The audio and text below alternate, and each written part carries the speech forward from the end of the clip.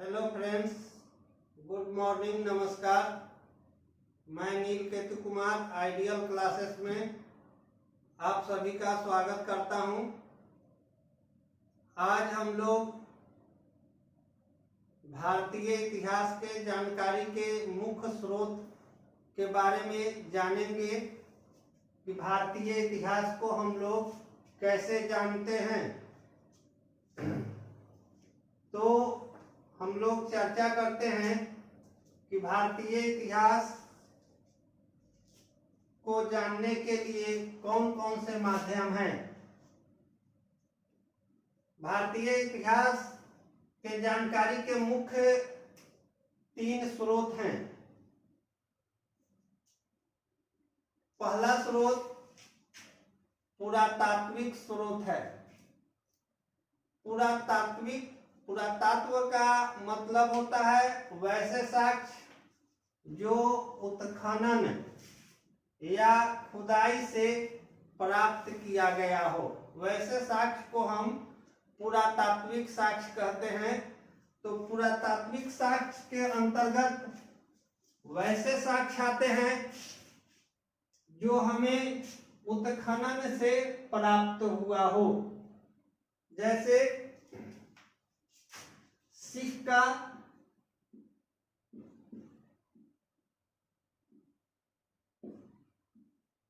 मुहर,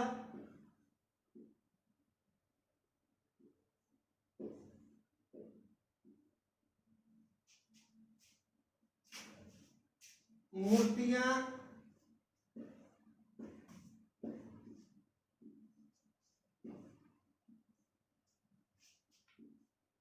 छोटे छोटे मृदभंड,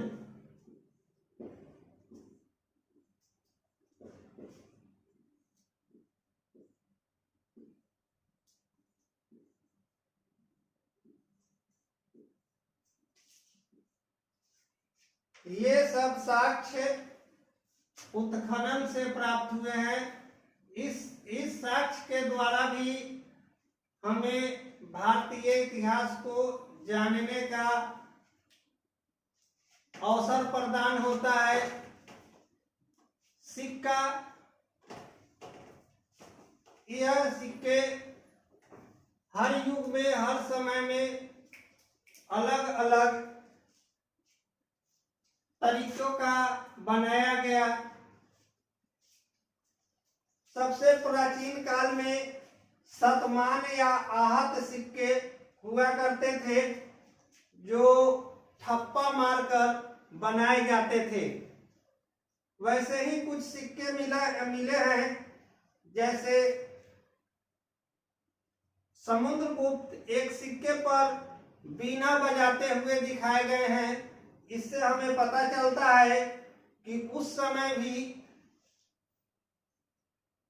संगीत प्रिय राजा हुआ करते थे। इस प्रकार हम देखते हैं कि छोटी छोटी मूर्तियां भी उत्खनन से हमें प्राप्त हुए हैं। ये मूर्तियां बताती है कि किस समय में कौन सी देवी देवताओं की पूजा होती थी। यह पता चलता है कि हमारे यहाँ भी उस समय मूर्ति पूजा विद्यमान था।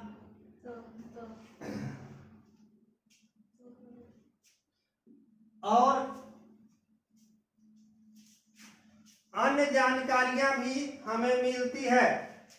अब सिंधु घाटी सभ्यता में या वैदिक काल में बहुत सारे छोटे छोटे मृदभंड प्राप्त हुए हैं, जिससे हमें यह पता चलता है कि प्राचीन काल में मिट्टियों के बर्तन उपयोग किए जा रहे थे।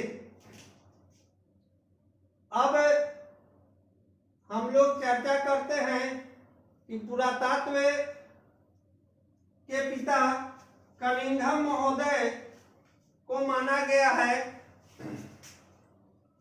सबसे पुराना अभिलेख बोगाजकोई से प्राप्त हुआ है। यह भी भारतीय इतिहास को के जानकारी के मुख्य स्रोत में आता है। इस प्रकार हम कह सकते हैं कि पुरातात्विक स्रोत भारतीय इतिहास को जानने में महत्वपूर्ण भूमिका अदा करती है। अब हम लोग दूसरे स्रोत की चर्चा करेंगे, जिस स्रोत का नाम है साहित्यिक स्रोत। साहित्यिक स्रोत भारतीय इतिहास को जानने में इसका भी महत्वपूर्ण स्थान है। साहित्यिक स्रोत वैसे स्रोत को कहते हैं जो हमें साहित्य से प्राप्त होती है, धर्म ग्रंथ से प्राप्त होती है, या विभिन्न विदेशियों द्वारा या भारतीयों द्वारा लिखी गई पुस्तक से प्राप्त होती है। उसी स्रोत को हम लोग साहित्यिक स्रोत कहते हैं। तो साहित्यिक स्रोत को अध्ययन की सुविधा के लिए दो भागों में बांटा गया है। पहला भाग है धर्म ग्रंथ। धर्म ग्रंथ में वैसे ग्रंथ आते हैं वेद, पुराण, उपनिषद, रामायण, महाभारत एवं अन्य धार्मिक ग्रंथ। ये धार्मिक साहित्यिक स्रोत के ही अंग हैं। इससे भी हमें प्राचीन, मध्यकाल और आधुनिक काल के बारे में महत्वपूर्ण जानकारियां मिलती है। वेद 4 है: ऋग्वेद, सामवेद, अथर्ववेद, यजुर्वेद। इन वेदों में वैदिक काल में विभिन्न कर्मकांडों का वर्णन किया गया है, देवताओं की चर्चा की गई है, यज्ञ का विधि विधान बताया गया है, वर्ण बताए गए हैं और यज्ञ के जो विधि विधान है उसकी जानकारी दी गई है। ये सब जानकारियां हमें धर्म ग्रंथ से प्राप्त होती है। इसलिए भारतीय इतिहास के जानकारी में धर्म ग्रंथ का भी महत्वपूर्ण भूमिका है। अब हम लोग आगे चलते हैं। ऐतिहासिक ग्रंथ। भारतीय इतिहास के जानकारी में ऐतिहासिक ग्रंथों का भी महत्वपूर्ण स्थान है।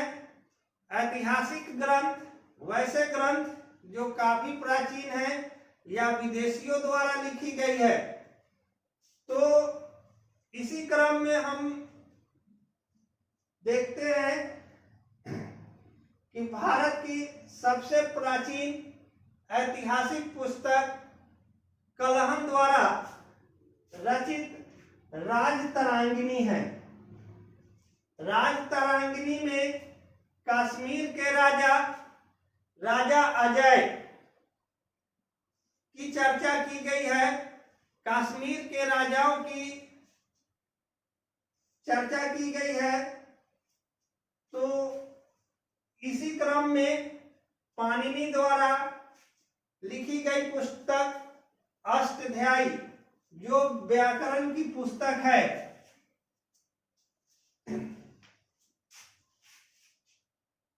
ऐतिहासिक पुस्तक अल-बरूनी के द्वारा लिखा गया तहकीकाते हिंद या तोता-ए-हिंद, यह भी एक ऐतिहासिक ग्रंथ है जो दिल्ली सल्तनत या मोहम्मद गजनवी के शासनकाल को बताता है। इस प्रकार हम देखते हैं कि ऐतिहासिक ग्रंथ से भी हमें बहुत सारे राजाओं, जैसे मैग्ना स्थित द्वारा लिखी गई पुस्तक इंडिका में यह चर्चा की गई है मौर्यकालीन समाज, धर्म और वहां की प्रशासनिक व्यवस्था एवं अन्य व्यवस्थाओं की चर्चा की गई है। तो उससे भी हमें भारतीय इतिहास को जानने में मदद मिलती है। अब हम लोग चलते हैं भारतीय इतिहास के जानकारी के तीसरे स्रोत पर। कि भारतीय इतिहास के जानकारी का मुख्य तीसरा स्रोत जो है वो कौन है?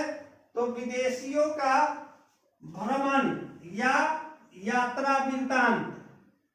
तो विदेशियों का भ्रमण, यात्रा वृत्तांत, हम लोग जानते हैं कि प्राचीन काल से ही भारत काफी समृद्ध रहा है।